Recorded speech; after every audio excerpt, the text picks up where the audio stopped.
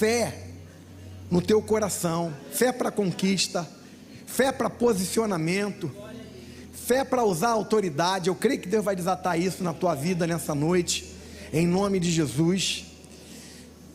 A palavra de Deus ela é completa demais.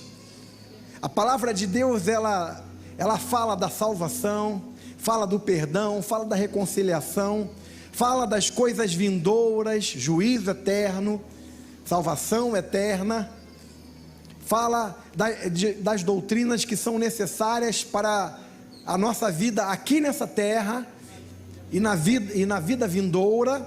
A palavra de Deus ela é abrangente, ela aborda todos os aspectos, ela aborda princípios que vão influenciar a família, para a gente ter um casamento abençoado. Ontem ministramos aqui, tivemos um tempo aqui, falando sobre maturidade no casamento, foi um tempo muito importante. A palavra de Deus fala como criar filhos, a palavra de Deus nos ensina a como lidar com as nossas finanças. O dízimo é um instrumento de Deus para tratar da ganância, para tratar daquele amor, do amor ao dinheiro, que é a raiz de todos os males, para desassenhorar mamon da nossa vida e estabelecer o senhorio de Deus totalmente na nossa vida, totalmente, de uma forma plena. Desde o Éden, Deus ensina isso para a gente. Desde o Éden, Deus concede a Adão uma gama muito grande de coisas para ele gerenciar, administrar, ser mordomo, usar. Mas ele diz: olha, só tem uma árvore que não é tua, é minha, que é a árvore do conhecimento do bem e do mal. É o princípio do dízimo que já começa a ser introduzido ali no Éden.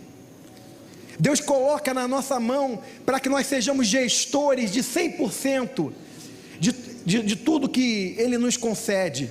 Ele coloca o salário, Ele coloca os bens, Ele coloca o patrimônio, mas Ele diz: tem algo que é meu, os dízimos são do Senhor. Deus começa a trazer esse princípio para nós, desde o Éden, para tratar da nossa vida em relação à obediência, em relação à fidelidade. Não é sobre isso que eu vou falar, eu só estou falando da palavra de Deus, como ela se aplica a todas as áreas da nossa vida. O texto que eu quero ler, se puder diminuir um pouquinho, essa aqui que estão vindo direto no meu rosto, eu estou vendo lá o povo meio embaçado. Eu gosto de ver o rosto dos irmãos, eu gosto de ver aqueles irmãos que dormem, aquele que não está gostando da palavra, que fica me encarando de cara feia, eu gosto de ver também. Eu gosto de ver daquele que está recebendo tudo, que fica com um rosto ali, que eu fico mais animado para continuar falando, gosto de ver. E aí a luz estava atrapalhando um pouquinho. Mateus capítulo 13, versículo de 1 a 9, eu vou ler na versão Almeida, corrigida e fiel. Tendo Jesus saído de casa naquele dia, estava assentado junto ao mar, e ajuntou-se muita gente a ele, de sorte que, entrando num barco, se assentou, e toda a multidão estava em pé na praia. E falou-lhe de muitas coisas por parábola, dizendo: eis que o semeador saiu a semear, e quando semeava, uma parte da terra caiu junto ao caminho, e vieram as aves e comeram-na. E outra parte caiu em pedregais, onde não havia terra bastante, e logo nasceu, porque não tinha terra funda. Mas vindo o sol, queimou-se e secou-se, porque não tinha raiz. E outra caiu entre espinhos, e os espinhos cresceram e sufocaram. E outra caiu em boa terra, e deu fruto, um a 100, outro a 60, outro a 30. Quem tem ouvidos para ouvir, ouça.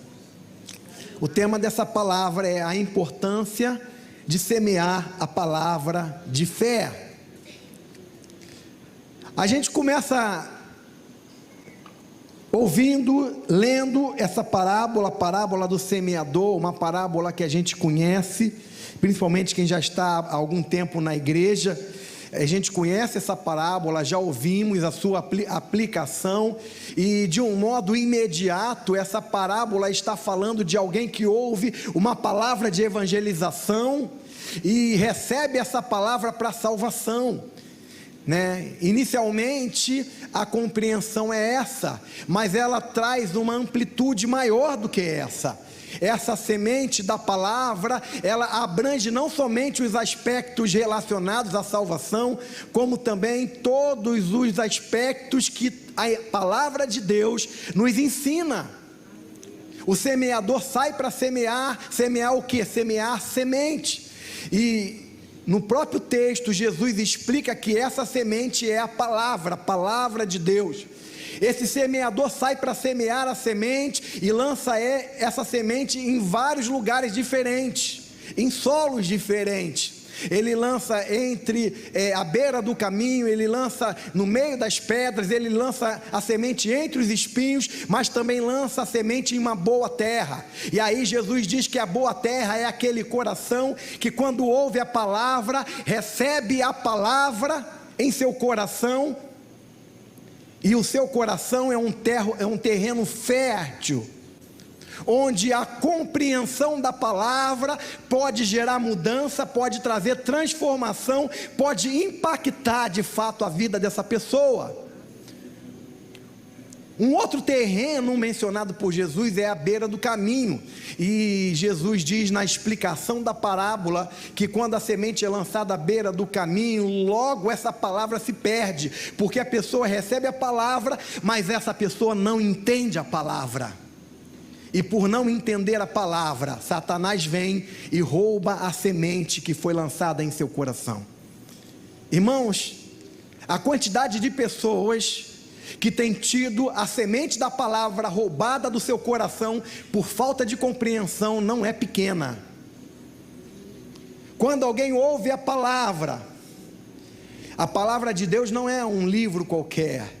A maneira de se compreender a palavra é à luz do Espírito de Deus. Por isso é possível ter pessoas com uma formação invejável, com um conhecimento muito grande, não compreender, e mesmo assim não compreender o que a palavra de Deus está dizendo, porque a palavra de Deus é uma palavra espiritual, e as coisas espirituais se discernem espiritualmente.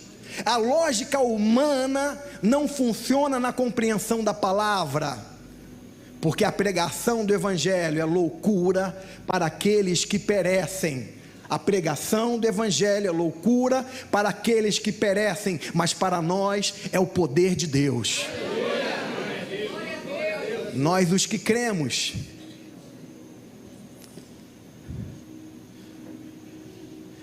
A gente ministra a palavra é liberada, mas mesmo assim, essa palavra liberada muitas vezes não frutifica na vida de todos. Uma mesma palavra liberada que frutifica, que transforma, que gera mudança e posicionamento, pode gerar desconforto, pode gerar tristeza, pode não gerar coisa alguma, pode cair no esquecimento na vida de outros. Lembro que uma vez a pastora Cristiane estava pregando, a igreja ainda reunia lá atrás. Nós, para quem chegou novo, nós construímos isso aqui, essa parte aqui maior, nós fizemos essa obra de expansão no ano de 2014. Antes, o nosso auditório de reunião era um pedaço pequeno, localizado lá na parte de trás, e nós fizemos essa obra de expansão no ano de 2014.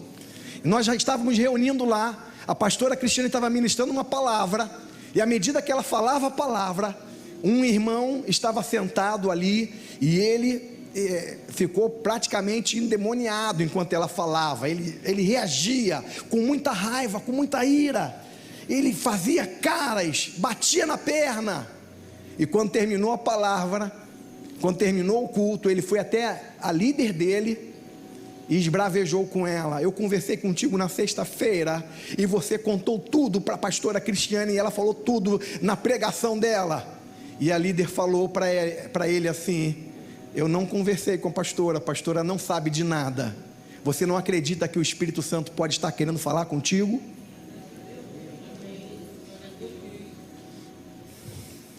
A mesma palavra dispensada, liberada, pode causar um crescimento, pode causar uma transformação, uma libertação, mas também pode muitas vezes complicar ainda mais a vida de uma pessoa, por causa do terreno, por causa da forma como ela recebe essa palavra. Palavras são sementes. O semeador saiu para semear o quê? A palavra de Deus. Palavras são sementes. A palavra de Deus é uma semente que precisa frutificar, porque se a palavra de Deus não frutifica, é como se ela estivesse sendo desconsiderada, ou não estivesse funcionando na sua vida. A palavra de Deus precisa frutificar. A palavra de Deus é uma semente, e o falar a palavra, o declarar a promessa, libera o poder da palavra. Eu não sei se você está entendendo. Falar a palavra, o declarar a promessa, libera o poder da promessa, libera o poder da palavra, desata coisas no mundo espiritual.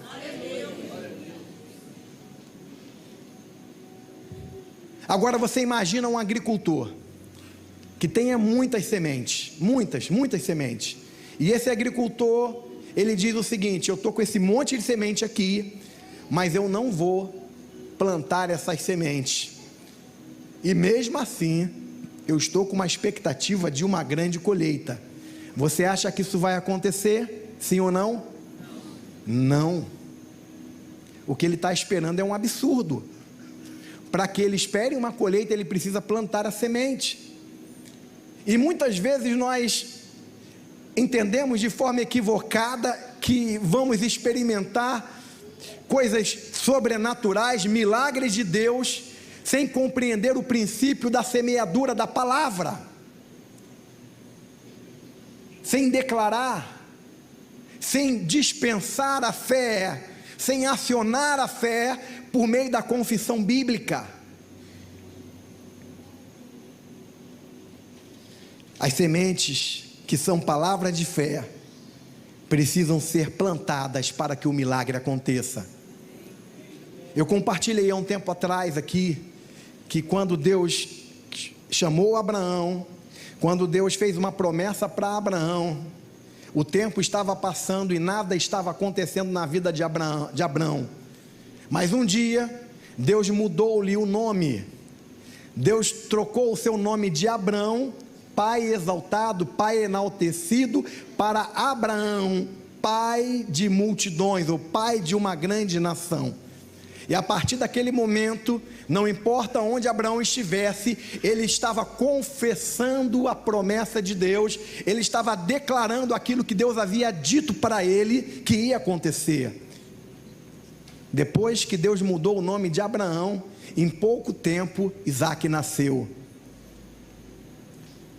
Abraão, falei também, Abraão não saiu andando pela rua, lá por onde ele estava, dizendo: eu não sou velho, eu não sou velho. Abraão, né, já um coroão: eu não sou velho, eu não sou velho, eu não sou velho, eu declaro que eu não sou velho, eu declaro que eu não sou velho, e a minha esposa não é velha para ter filho. Abraão não fez isso.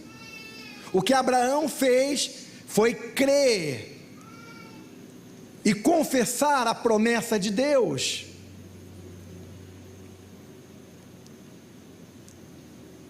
Quando nós confessamos a promessa de Deus, nós estamos contribuindo, porque a fé está associada também à confissão. 2 Coríntios capítulo 4, versículo 13 diz: e temos, portanto, o mesmo espírito de fé, como está escrito: cri, por isso falei. Nós cremos também, por isso também falamos. É necessário falar. Se nós cremos, é necessário falar. É necessário declarar. Declarar o que? A palavra. Um dos princípios para termos a nossa oração respondida é orarmos de acordo com a palavra. Porque quando nós pedimos alguma coisa segundo a sua vontade, Jesus ensinou isso, ele nos ouve. O apóstolo João escreve isso em uma de suas epístolas. Nós temos a garantia de que seremos ouvidos em nossa oração quando nós oramos segundo a sua vontade. E orar segundo a sua vontade é orar de acordo com a palavra de Deus. O respaldo da palavra de Deus é a garantia que estamos orando da maneira correta. Por isso é muito importante orar a palavra. A força vital que está na semente é a palavra de Deus. Agora, existem ideias tradicionais que podem fazer a palavra perder o efeito a nosso favor.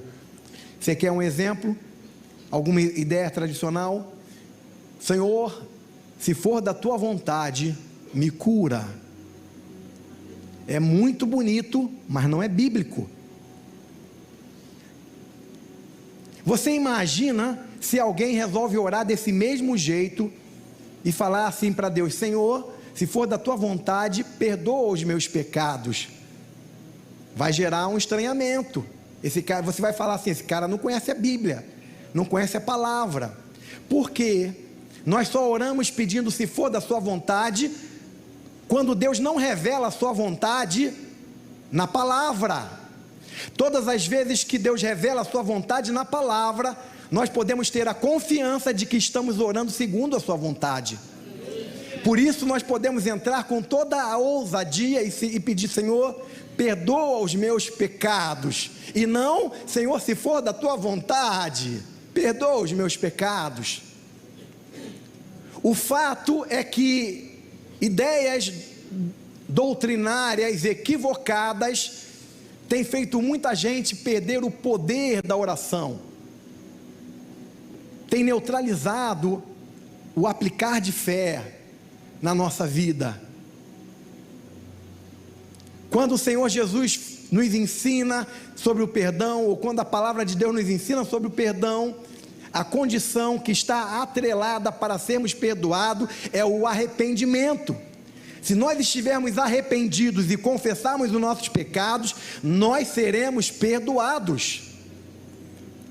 No que diz respeito à cura, o exemplo que eu estou dando, o que está atrelado à confissão para que o milagre aconteça é a fé. Sem a fé, a declaração se torna inoperante. O apóstolo Paulo diz: a palavra está perto de vocês, na boca de vocês e no coração. Em Romanos 10, versículos 9 e 10, diz: se com a tua boca confessares a Jesus como Senhor, e com o coração crê que Deus o ressuscitou dentre os mortos, serás salvo. Por quê? Porque com o coração se crê para a justiça, e com a boca se faz confissão para a salvação. Ora, a salvação só acontece depois que existe uma verbalização da fé. Com o coração se crê para a justiça, mas é o confessar, é o falar, é o declarar: eu recebo a Jesus Cristo como meu Senhor e Salvador, que vai gerar esse milagre sobrenatural do novo nascimento.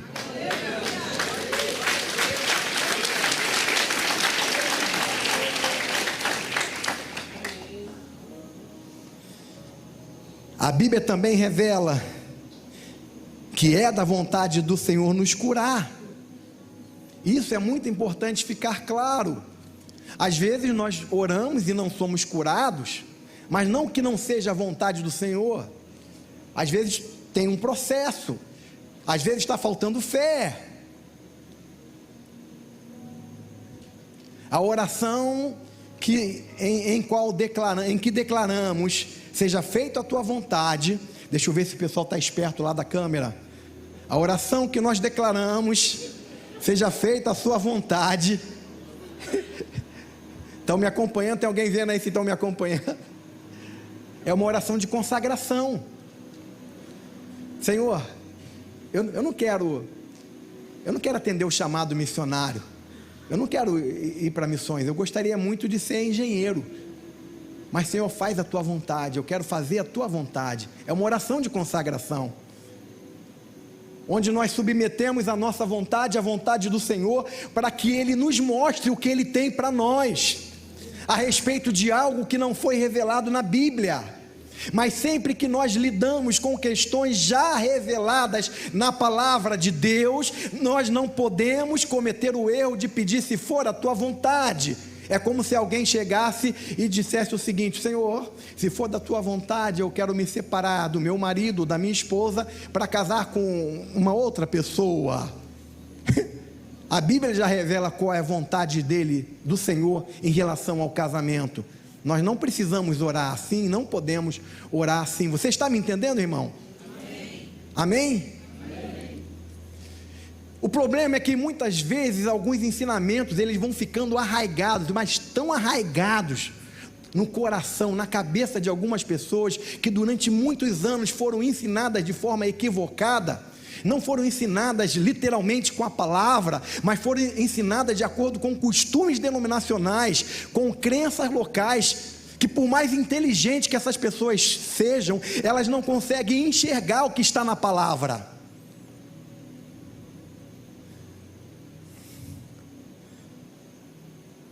Marcos capítulo 11, versículo 23.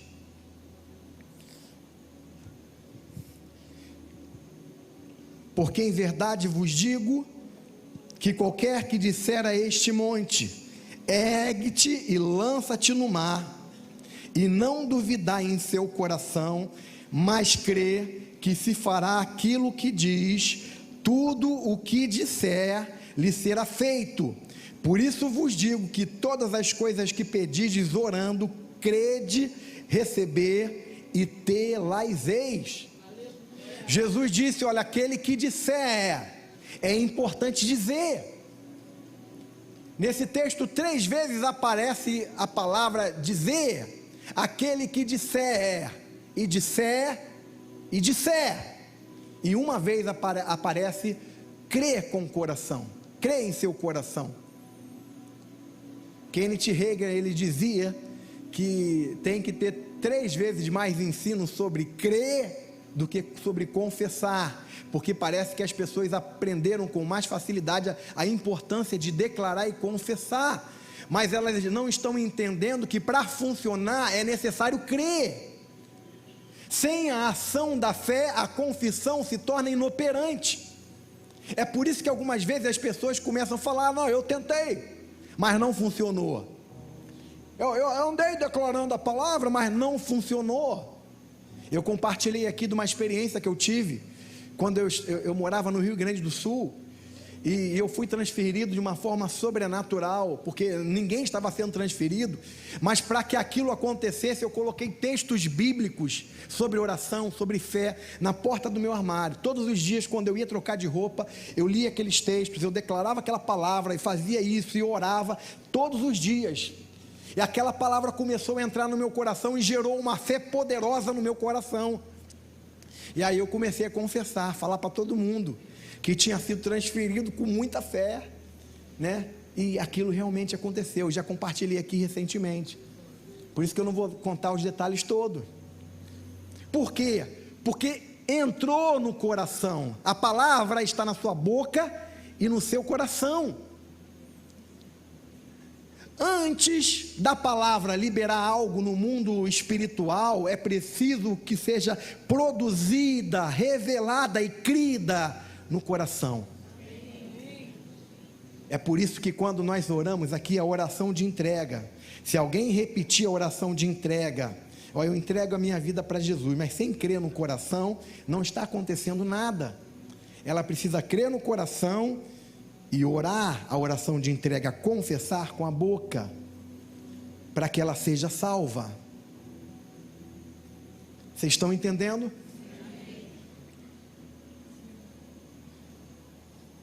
Você vive pela palavra de Deus, mas morre pelas palavras do diabo.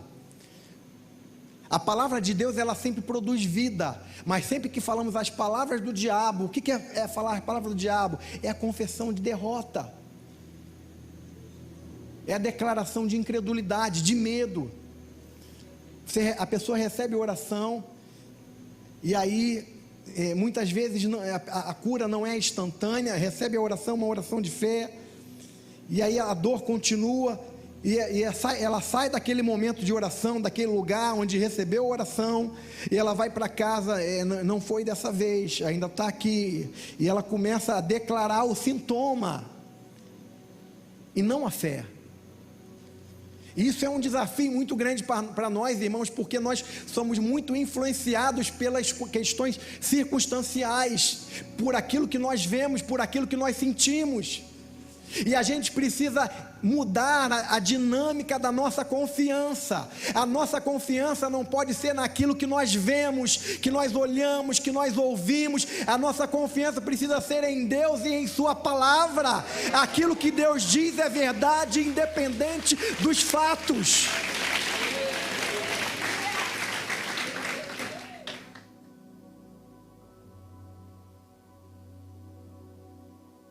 Uma certa ocasião, um leproso chegou até Jesus, falou: Senhor, se quiseres eu posso ser limpo? Jesus respondeu: quero ser limpo. Tocou naquele homem e ele foi purificado. Uma outra vez vieram 10 leprosos até Jesus. Aqueles 10 leprosos foram até Jesus, e Jesus não fez dessa forma. Jesus foi solicitado por eles que tivesse compaixão deles, que pudesse curá-los. E Jesus então fala para ele: vocês vão até o sacerdote e mostrem-se ao sacerdote. E aqueles homens foram. Enquanto eles iam, eles foram purificados. Foi diferente.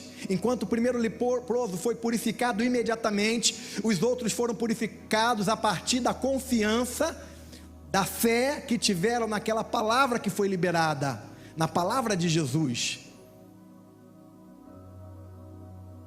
Muitas vezes nós perdemos a nossa bênção, a resposta da nossa oração, porque enquanto estamos orando, enquanto estamos pedindo a Deus, crendo que o nosso Deus é um Deus que responde. Você crê que Deus é um Deus que responde a oração?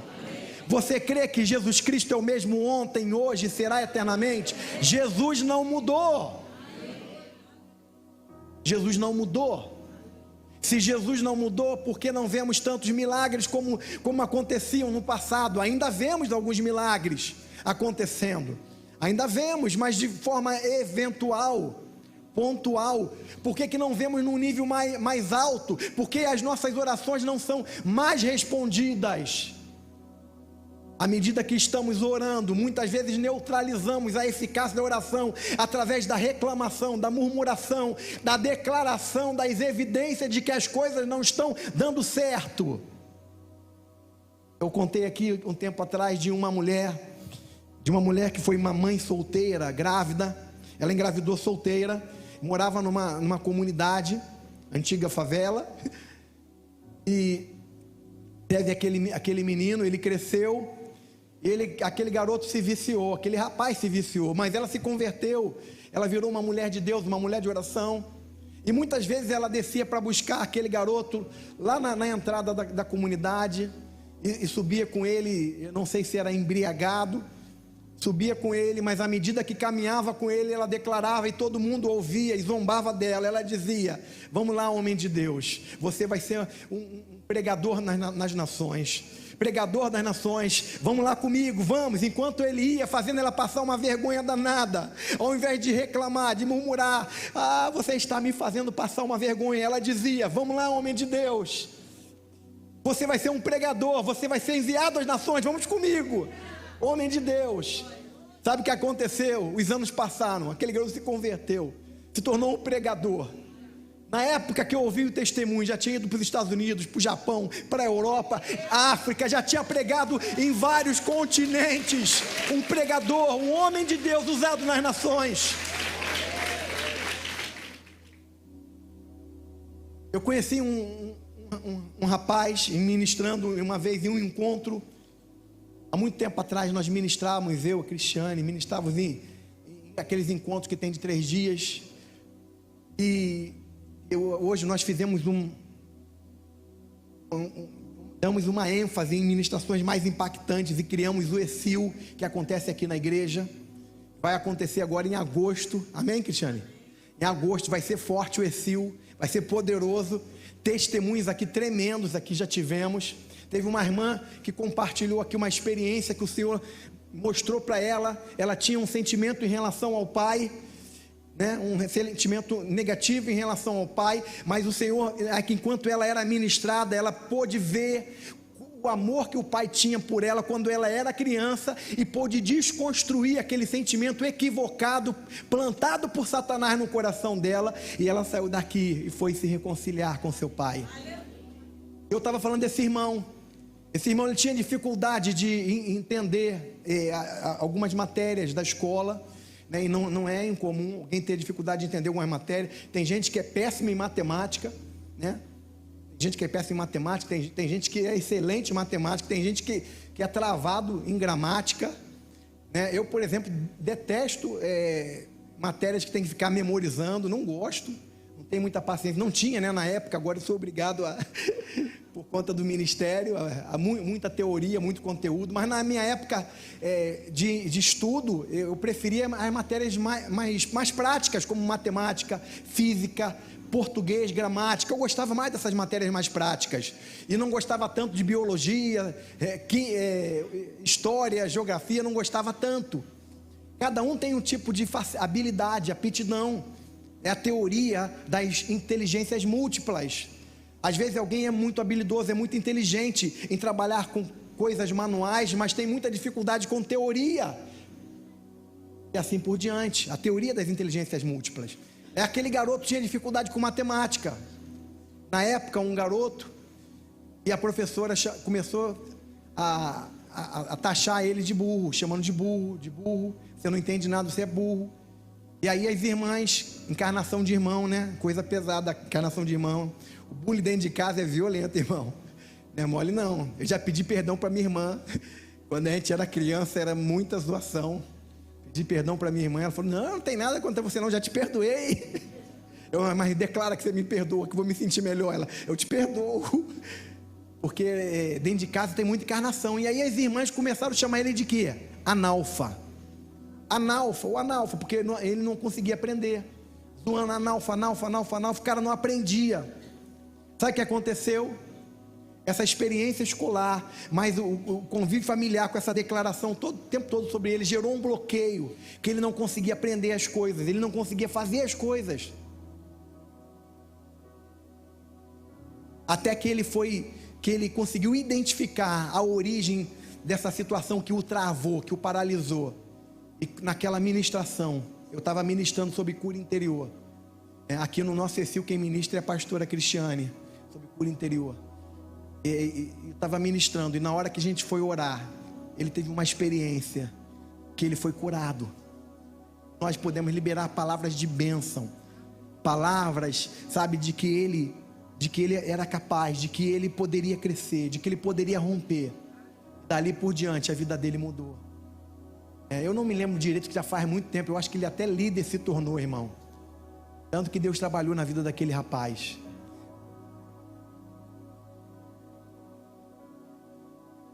Falando de coisas negativas, você torna as sementes da palavra de Deus sem efeito. Você tem a semente e tem fé para plantar. Como que você vai plantar? Falando. Como é que você vai plantar a semente? Falando. A semente é a palavra. A semente que nós precisamos plantar é a palavra de Deus. E como nós vamos plantar a palavra de Deus? Falando a palavra de Deus. Tiago capítulo 3, versículo 2. Porque todos tropeçamos em muitas coisas. Se alguém não tropeça em palavra, o tal é perfeito e poderoso para também refriar todo o corpo. Só atende se for Jesus. Se alguém não tropeça em palavra, esse tal é perfeito. O não tropeçar em palavra sinaliza, indica que nós estamos crescendo. Quanto menos tropeçamos nas palavras, reflete o quanto estamos sendo transformados, né? E nos tornando maduros. porque quem não tropeça em palavras, esse tal é perfeito. Por outro lado, alguém que sempre tropeça nas palavras, evidencia a falta de tratamento da sua vida, de não se deixar tratar, de não se deixar moldar pelo poder do Evangelho. Tiago, ele vai falando, e ele continua nesse mesmo capítulo 3, dizendo que que a nossa língua é como um pequeno fogo que incendeia um grande bosque. Quando ele fala que a língua é um pequeno fogo que incendeia um grande bosque, ele está falando de quê? Das palavras que nós falamos. Não é a língua, né? A língua que nós usamos para sentir o paladar, não, mas aquilo que a nossa língua pronuncia. As palavras que nós declaramos, elas são como um pequeno fogo, ainda que são pequenas palavras ditas no cotidiano, ditas às vezes sem tanta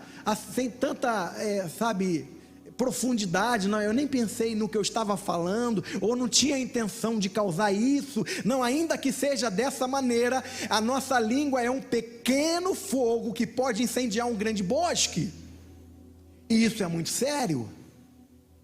Há muitos anos atrás, eu estava pesquisando, e eu não lembro dos detalhes, mas o que eu lembro é que as palavras que nós falamos, os físicos eles dizem que as palavras ecoam no infinito, elas nunca desaparecem. Quando nós falamos uma palavra, elas continuarão ecoando perpetuamente. As palavras que você libera, elas não voltam. E aí existe um provérbio, eu acho que é um provérbio chinês, que existem 3 coisas que não voltam jamais: a pedra depois de lançada, a flecha depois de atirada e a palavra depois de proferida. Nós precisamos cuidar, irmãos, com aquilo que nós falamos. Nós precisamos ter responsabilidade. Paulo diz: não saia da sua boca nenhuma palavra torpe, mas somente aquela que for proveitosa para promover a edificação. Em um outro lugar, o mesmo Paulo diz que a palavra que sair da sua boca seja sempre temperada com graça. Se não é para edificar, se não é para abençoar, se não é para falar da parte de Deus, é melhor ficar de boca fechada. Não fale mal. Aquele que fala mal do seu irmão, fofoqueiros de plantão, preste atenção no que eu vou dizer. Maledicentes de carteirinha, preste atenção no que eu vou dizer. Não são muitos, são poucos, mas eu sei que deve haver aqui. Preste atenção. Aquele que fala mal do seu irmão, fala mal da lei. Está lá em Romanos. Aquele que fala mal do seu irmão, fala mal da lei. E se você começa a julgar o seu irmão, você não é mais observador da lei, mas se torna juiz. E aí, voltando para o Evangelho de Mateus, com o mesmo juízo com que você julgar, você também será julgado. Com a mesma medida que você medir, você também será medido. O Senhor Jesus também falou que no dia do juízo nós vamos prestar conta de todas as palavras que saíram da nossa boca, que nós falamos. Eu não sei quanto a você, mas eu fico preocupado.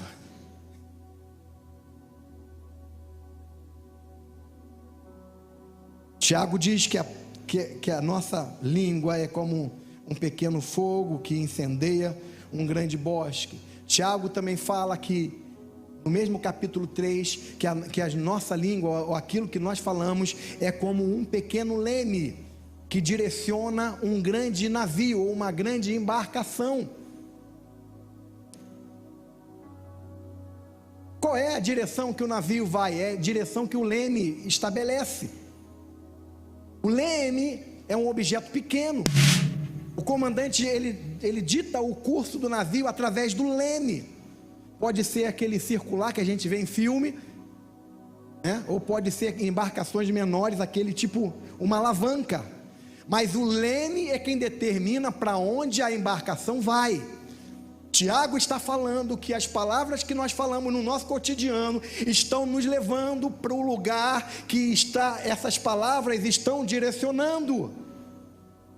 Irmão, eu não sei se está mexendo com você, mas o Espírito Santo está querendo falar com você o seguinte: as palavras que saem da boca de Deus são palavras de vida. As palavras que saem da Bíblia Sagrada são palavras faladas por Deus. O falar de Deus está na palavra de Deus. Quando falamos a palavra de Deus, estamos falando da parte de Deus. Quando falamos a palavra de Deus, estamos direcionando a nossa vida para coisas eternas.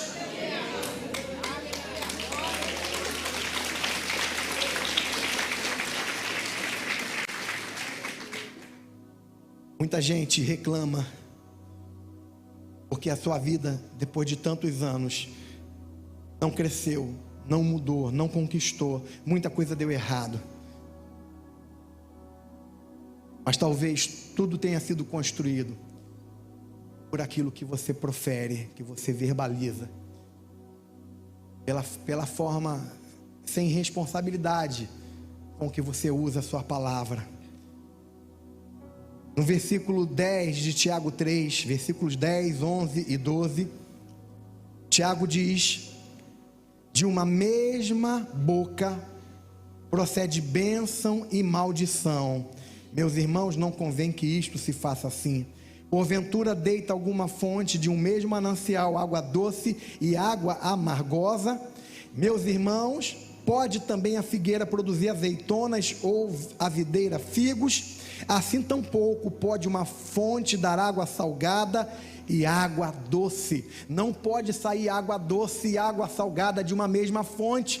Não convém que seja assim. Tiago está chamando a nossa atenção, irmãos, porque a palavra foi escrita para nós também, não somente para a igreja daquela época, para nós também. Não pode de uma mesma fonte sair água doce e água amarga, bênção e maldição.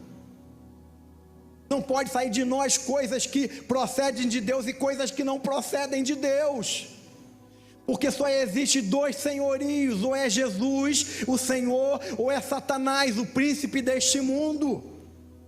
Não existe meio termo, um equilíbrio, não um equilíbrio, ali sem radicalismo, meio termo, não é bem assim, não existe. Existe o senhorio de Cristo, os princípios eternos e imutáveis da palavra de Deus, e o sistema caído, falido, que jaz no maligno, que é o sistema desse mundo. E aquilo que procede de nós precisa ser identificado como, como água doce, como de uma fonte que jorra água doce. A nossa fonte precisa jorrar água doce, irmão. As pessoas, quando forem até você, elas têm que ter a convicção: não, eu vou vou procurar o fulano, a fulana, porque eu tenho certeza que vai jorrar água doce.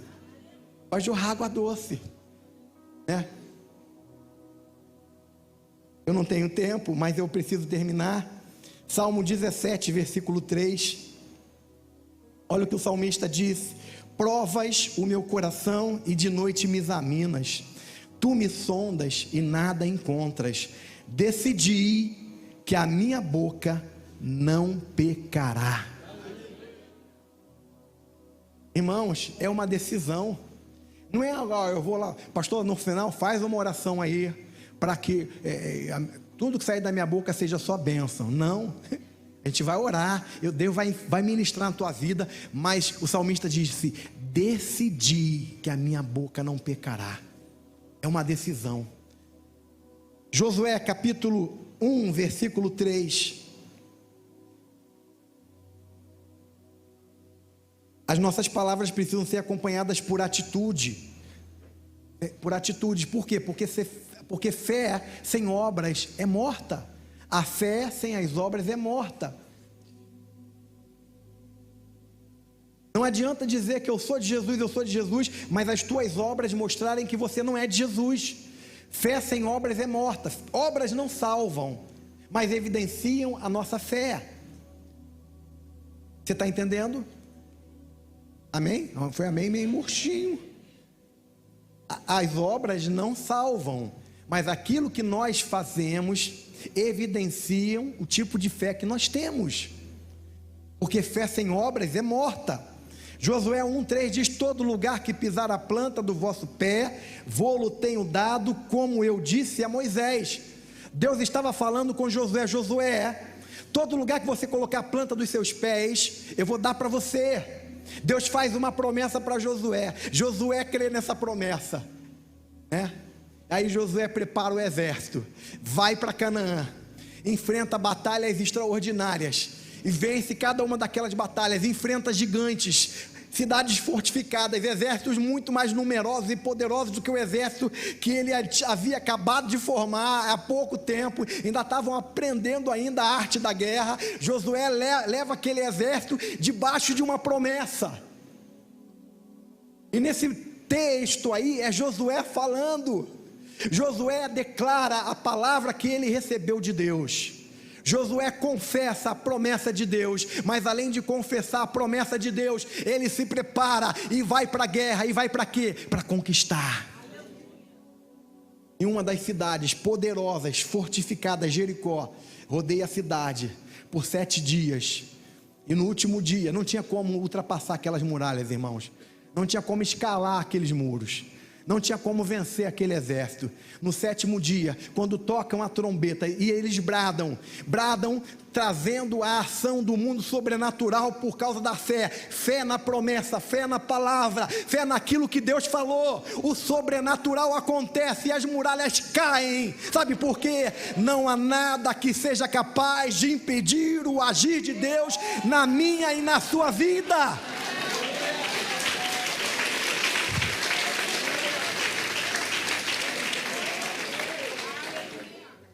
Note que Josué declarou uma palavra de fé antes de sair para a conquista. E quando ele saiu e pisou naquela terra, declarando em fé que cada pedaço de chão que estava pisando o Senhor lhe daria, o que foi que aconteceu? Ele conquistou. Por outro lado, os israelitas receberam as mesmas promessas, viram os milagres que Deus havia feito por intermédio de Moisés, receberam a mesma promessa de conquista. Quando os espias voltaram de espiar a terra, trouxeram um relatório, falaram de quê? Falaram das circunstâncias, falaram do tamanho do inimigo, eram gigantes, eram exércitos grandes, as cidades são fortificadas, nós vamos ser destruídos por eles, nós somos como gafanhoto aos olhos deles, eles vão nos devorar, eles vão acabar com a gente, porque eles não focaram na palavra, eles focaram naquilo que eles estavam vendo, nas circunstâncias que estavam sendo apresentadas para ele. E eles declararam, sabe o que eles declararam? Abriram a sua boca para declarar e confessar. Projeta, por favor, Números 14:28. Olha só o que eles disseram. Na verdade, isso aqui foi o Senhor falando para eles. Antes eles disseram assim: é melhor a gente morrer aqui no deserto. É melhor a gente morrer aqui no deserto do que enfrentar esses inimigos, porque nós vamos ser destruídos, nossas mulheres vão ser capturadas. É melhor a gente morrer aqui no deserto. Olha só o que Deus responde para eles: dize-lhes, vivo eu, diz o Senhor, que como falaste, como o povo falou aos meus ouvidos, assim farei a vós outros. Deus estava falando que ia fazer exatamente aquilo que eles declararam que ia acontecer. Deus estava falando isso para eles. Verso 29: neste deserto cairão os vossos cadáveres, como também todos os que vós foram contados segundo toda a vossa conta, de 20 anos para cima, os que dentre vós contra mim murmurastes. Um povo que tinha uma promessa de conquista, tinha uma promessa de vitória, começou a abrir a sua boca para neutralizar o poder da promessa, para confessar o que os seus olhos estavam vendo, confessar o tamanho do inimigo, declarar como seria difícil e impossível vencer. Era tão difícil, a luta era tão desesperadora, que era melhor morrer no deserto. Como consequência disso, eles não entraram na terra. E Deus ainda falou: vai acontecer exatamente do jeito que vocês disseram que ia acontecer. Vocês não vão entrar na terra, vocês vão morrer no deserto. Eu quero terminar essa palavra dizendo a importância de semear a palavra de fé, a importância de compreender esse princípio. Essa palavra hoje pode ser para vocês como uma semente que caiu na beira do caminho. por falta de compreensão, por falta de revelação, de entender o poder dessa palavra, o inimigo pode vir e roubar essa semente. Mas essa palavra hoje pode se tornar uma palavra rema. Uma palavra, o que é a palavra rema? Palavra rema é uma palavra revelada. Existem dois tipos de palavra. A palavra logos é a palavra geral, abrangente, total. Mas a palavra rema é quando essa palavra se torna revelada e aplicável na nossa vida, né? Rema, a palavra rema é uma palavra que gera fé, é uma palavra que desata, é uma palavra que nós podemos usar, porque Deus vai se mover a nosso favor. E aí hoje de manhã, ministrando no núcleo, eu falei para eles que quando nós liberamos uma palavra de fé, quando nós cremos com o nosso coração e declaramos a palavra de Deus, não uma palavra qualquer, né? Oh, eu vou ser um milionário, eu vou ser um milionário. Não. Declaramos a palavra de Deus de forma com sabedoria, com revelação, com entendimento. Quando nós declaramos a palavra de Deus, Hebreus 1:14 diz que o Senhor envia os seus anjos ministradores. Eles não são todos anjos ministradores. Projeta, por favor, Hebreus 1:14. Anjos ministradores que vão atuar, que vão agir, que vão nos servir.